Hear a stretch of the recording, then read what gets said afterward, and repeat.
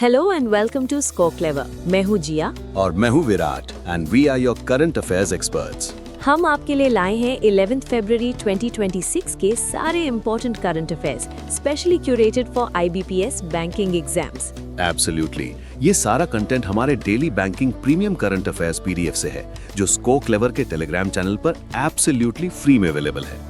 हाल ही के bank exams में जिन एस्पिरेंट्स ने स्को क्लेवर से करंट अफेयर्स प्रिपेयर किया उन्होंने मैक्सिमम 29 अटेम्प्ट्स दिए हैं। Isn't that amazing? It is. हमारी full time current affairs experts की टीम डेली न्यूज़पेपर्स को एनालाइज करती है और कंटेंट को सुपर कंसाइज बनाती है।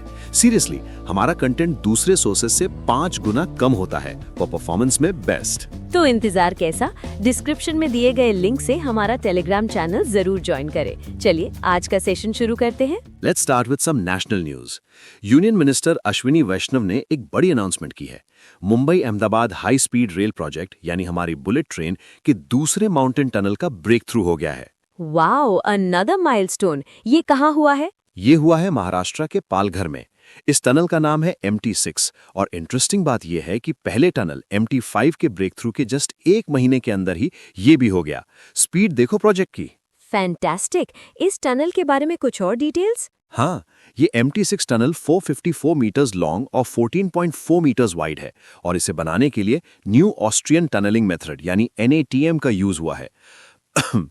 ये एक drill and controlled blast technique है जो कॉम्प्लेक्स जियोलॉजी के लिए परफेक्ट होती है। अच्छा, तो ये बुलेट ट्रेन कब तक पूरी तरह से ऑपरेशनल हो जाएगी? प्रोजेक्ट काफी आगे बढ़ चुका है। गुजरात सेक्शन 2027 में ऑपरेशनल हो जाएगा, ट्रेन 2028 तक थाने पहुंचेगी और मुंबई तक फुल कनेक्टिविटी 2029 तक अचीव हो जाएगी। The future is fast. Indeed. चलो नेक्स्ट न्यूज पर चलते हैं। मिनिस्ट्री ऑफ स्टील ने स्पेशलिटी स्टील के लिए प्रोडक्शन लिंक्ड इंसेंटिव यानी PLI स्कीम 2.0 के तहत 55 कंपनीज के साथ 85 प्रोजेक्ट्स के लिए MOUs साइन किए हैं। PLI स्कीम मतलब सरकार कंपनीज को एक्स्ट्रा प्रोडक्शन के लिए इंसेंटिव्स देगी, राइट? एग्जैक्टली। इसका एम देश में मैन्युफैक्चरिंग को बूस्ट करना है। इस डील में टोटल इन्वेस्टमेंट है 11,887 करोड़ रुपीस का, जिससे 8.7 मिलियन टन्स की एडिशनल कैपेसिटी ऐड होने की उम्मीद है। That's a huge investment. ये इंसेंटिव्स कब से मिलेंगे? ये इंसेंटिव्स 4% से 15% तक होंगे over a period of 5 years और ये FY27 से शुरू होंगे। ये स्कीम 2021 में लॉन्च हुई थी और इसका पहला version PLI 1.1 already 27,606 crore rupees का इन्वेस्टमेंट अट्रैक्ट कर चुका है। Great initiative for make in India. चलो अब बैंकिंग सेक्टर की तरफ बढ़ते हैं। कोटक महिंद्रा बैंक ने कुछ कमाल किया है। ओ, क्या किया है? कोटक महिंद्रा बैंक भारत का पहला कस्टोडियन बैंक बन गया है जिसने फॉरेन पोर्टफोलियो इन्वेस्टर यानी FPI लाइसेंस पूरी तरह से डिजिटली इशू किया है, ई-सिग्नेचर का यूज करके। First digital FPI licence, that's huge. FPI का मतलब सिंपल वर्ड्स में समझाओगे? श्योर। FPIs वो फॉरेन कंपनीज या इंडिविजुअल्स होते हैं जो इंडिया के स्टॉक मार्केट में इन्वेस्ट करना चाहते हैं।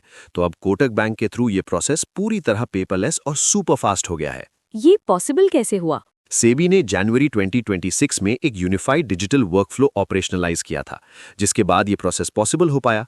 Bye the way, Kotak Mahindra bank के चेयरमैन हैं CS राजन और MD एंड CEO हैं अशोक वसवानी। Got it. अगली बैंकिंग न्यूज है एक्विटा स्मॉल फाइनेंस बैंक से। उन्होंने भारतीय एक्सा लाइफ इंश्योरेंस के साथ एक स्ट्रेटेजिक बैंक एश्योरेंस पार्टनरशिप की है। Bank assurance my favourite term. मतलब अब एक्विटास स्मॉल फाइनेंस बैंक अपने बैंक ब्रांचेस में भारतीय एक्सा लाइफ के इंश्योरेंस प्रोडक्ट्स बेचेगा। करेक्ट। इस पार्टनरशिप का मेन एम सेमी अर्बन और रूरल मार्केट्स में इंश्योरेंस की पहुंच को बढ़ाना है। भारतीय एक्सा लाइफ अपने प्रोटेक्शन, सेविंग्स और रिटायरमेंट प्लान्स एक्विटास के कस्टमर्स को ऑफर करेगी। ये तो फाइनेंशियल इंक्लूजन के लिए एक बहुत अच्छा स्टेप है। ज्यादा से ज्यादा लोगों को इंश्योरेंस कवरेज मिलेगा। एग्जैक्टली। अच्छा, इतनी सारी न्यूज याद रखना एस्पिरेंट्स के लिए टफ हो सकता है ना? हो एब्सोल्युटली। डेली इतनी इन्फॉर्मेशन मेमोराइज करना इज अ रियल चैलेंज। इसी चैलेंज का सोल्यूशन है हमारे पास स्को क्लेवर का मोबाइल ऐप जो गूगल प्ले स्टोर पर अवेलेबल है। यस, इस ऐप में हमने एक unique new learning technique use की है। इस टेक्निक से आप करंट अफेयर्स और जीके एक बार पढ़ेंगे और फिर कभी नहीं भूलेंगे। It's design for permanent memory. So aspirants, stop just reading and start learning for real. Download the Score Clever app today. Link is in the description. Let's move on to some agreements now. Bengaluru की एक company Digantara industries ने Singapore की defence science and technology agency यानी DSTA के साथ एक partnership की है। Space tech sounds interesting. ये पार्टनरशिप किस बारे में है? They will co-develop advanced software and tools. इसका गोल है सैटेलाइट ट्रैकिंग की एक्यूरेसी को बढ़ाना और सिंगापुर के सैटेलाइट्स को ऑर्बिटल डेब्री यानी स्पेस के कचरे से बचाना। स्पेस में भी ट्रैफिक जैम और कचरे की problem. It's good to see Indian startups leading in this field. True that. अगली खबर भी इंडिया के डिजिटल लीडरशिप से जुड़ी है। इंडिया ने 23 देशों के साथ अपने डिजिटल पब्लिक इंफ्रास्ट्रक्चर यानी DPI और इंडिया स्टैक को शेयर करने के लिए MOU साइन किए हैं। 23 countries, that's a testament to our digital success. DPI में क्या-क्या आता है? DPI में UPI, आधार, डिजीलॉकर जैसी सर्विसेज आती हैं। जिन 23 देशों के साथ अग्रीमेंट हुआ है, उनमें अर्मेनिया, केन्या, श्रीलंका, ब्राजील जैसे देश शामिल हैं। और हमारा UPI तो ऑलरेडी कई देशों में चल रहा है, राइट? करेक्ट। UPI अभी 8 देशों में ऑपरेशनल है, इंक्लूडिंग UAE, सिंगापुर और फ्रांस। इंडिया ने डिजीलॉकर के लिए भी क्यूबा, केन्या और UAE जैसे देशों के साथ MOU साइन किए हैं। Amazing! India's truly becoming a digital powerhouse. Next, technology development board यानी TDB ने मदुरई की एक deep tech startup good life mobility private limited को फंड करने के लिए एक अग्रीमेंट साइन किया है। TDB फंडिंग अ स्टार्टअप किस टेक्नोलॉजी के लिए? For the development of indigenous high pressure hydrogen storage systems. ये क्लीन एनर्जी फ्यूचर के लिए एक बहुत इंपॉर्टेंट टेक्नोलॉजी है। ये स्टार्टअप नेक्स्ट जनरेशन के कॉम्पोजिट ओवरएप्ड प्रेशर वेसल्स बना रहा है। Hydrogen fuel is the future. It's great to see indigenous development in this area. Absolutely. एक और पार्टनरशिप की खबर है।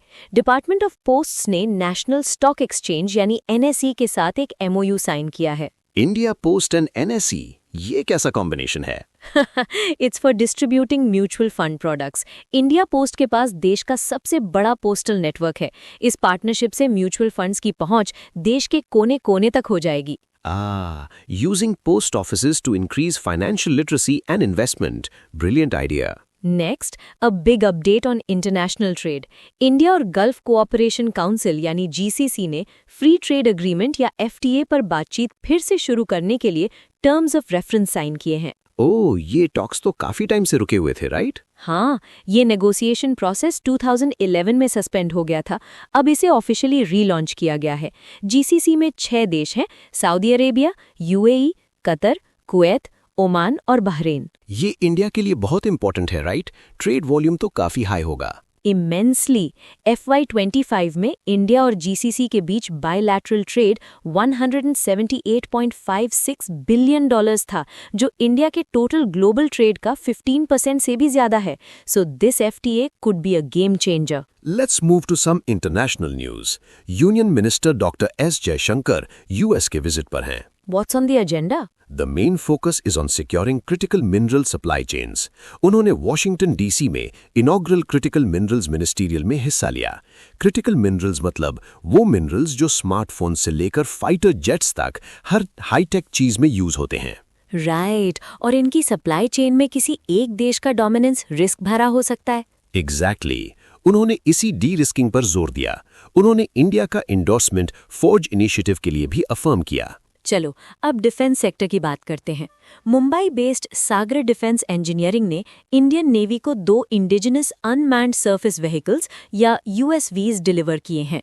USVs मतलब water drones. You can say that ये हाई स्पीड वेसल्स हैं जो 50 नॉट्स से ज्यादा की स्पीड पर चल सकते हैं।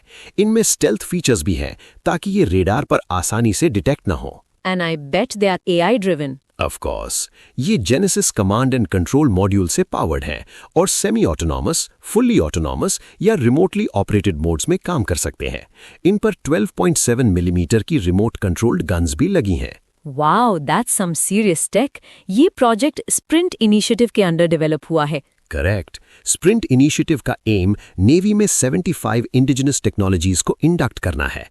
इन USVs में 70% से ज्यादा इंडिजिनस कंटेंट है। Atmanirbhar Bharat in defence, love to see it. Next, business section से एक खबर है। National Highway Authority of India NHAI ने अपने 5 हाईवे एसेट्स को मोनेटाइज किया है। मोनेटाइज मतलब? NHAI ने अपने sponsored public infrastructure investment trust यानी इनविट से 9,500 करोड़ रुपीस का ऑफर एक्सेप्ट किया है। इस इनविट का नाम है राजमार्ग इंफ्रा इन्वेस्टमेंट ट्रस्ट। बेसिकली इन हाईवेज के कंसेशंस इस ट्रस्ट को दे दिए गए हैं। इनविट को सिंपल लैंग्वेज में समझाओ। इनविट इंफ्रास्ट्रक्चर प्रोजेक्ट्स का म्यूचुअल फंड जैसा होता है। रिटेल इन्वेस्टर्स इसमें इन्वेस्ट करके इंफ्रास्ट्रक्चर ग्रोथ का हिस्सा बन सकते हैं और स्टेबल रिटर्न्स कमा सकते हैं। ये नेशनल मोनेटाइजेशन पाइपलाइन का हिस्सा है। Got it. अब साइंस की दुनिया से एक प्राउड मोमेंट। बेंगलुरु के स्टार्टअप सर्वम IA ने चैट GPT और गूगल जेमिनाई जैसे मॉडल्स को पीछे छोड़ दिया है। व्हाट? सीरियसली? किस बेंचमार्क में? In benchmarks focused on Indian languages and document intelligence. उनके मॉडल्स जैसे सर्वम विजन और बुलबुल V3 ने सुपीरियर परफॉर्मेंस दिखाया है। This is incredible news for the Indian AI ecosystem. Moving on to state news. Himachal Pradesh government ने AI education को boost करने के लिए पढ़ाई विद AI एप्लीकेशन लॉन्च किया है। उन्होंने जियोथर्मल एनर्जी के लिए जियोट्रॉपी इंडिया प्राइवेट लिमिटेड के साथ MOU भी साइन किया है। ग्रेट। और गोवा से भी एक इंटरेस्टिंग खबर है।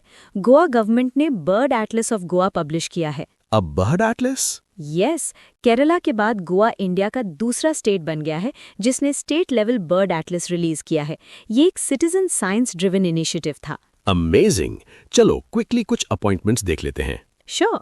टोयोटा मोटर कॉर्पोरेशन के नए प्रेसिडेंट और CEO होंगे केंटा कॉन, जो अभी CFO हैं। And Ankur Khurana has been appointed as the head of the commercial bank operations of Citi in India. Noted. Finally, an obituary. Renowned travel writer Hugh Ganza का 95 की as में निधन हो गया है। Oh, that's sad. He, along with his late wife Colleen Ganza, were pioneers of modern travel journalism in India. Yes, and the couple was jointly conferred the Padma Shri in 2025 for their immense contribution. A great loss to the literary world. And with that, we've covered all the important news for today. Phew, what a session. But wait, session खत्म हुआ है, learning नहीं। Exactly. अपनी preparation को test करने का time है। Join कीजिए हमारी daily current affairs league quiz. ये क्विज हमारे टेलीग्राम चैनल पर होती है रोज शाम 8 बजे। It's the IPL for current affairs. बिल्कुल, हर महीने एक नई लीग शुरू होती है। आपके स्कोर्स पूरे महीने काउंट होते हैं। And the best part, winners get exciting rewards.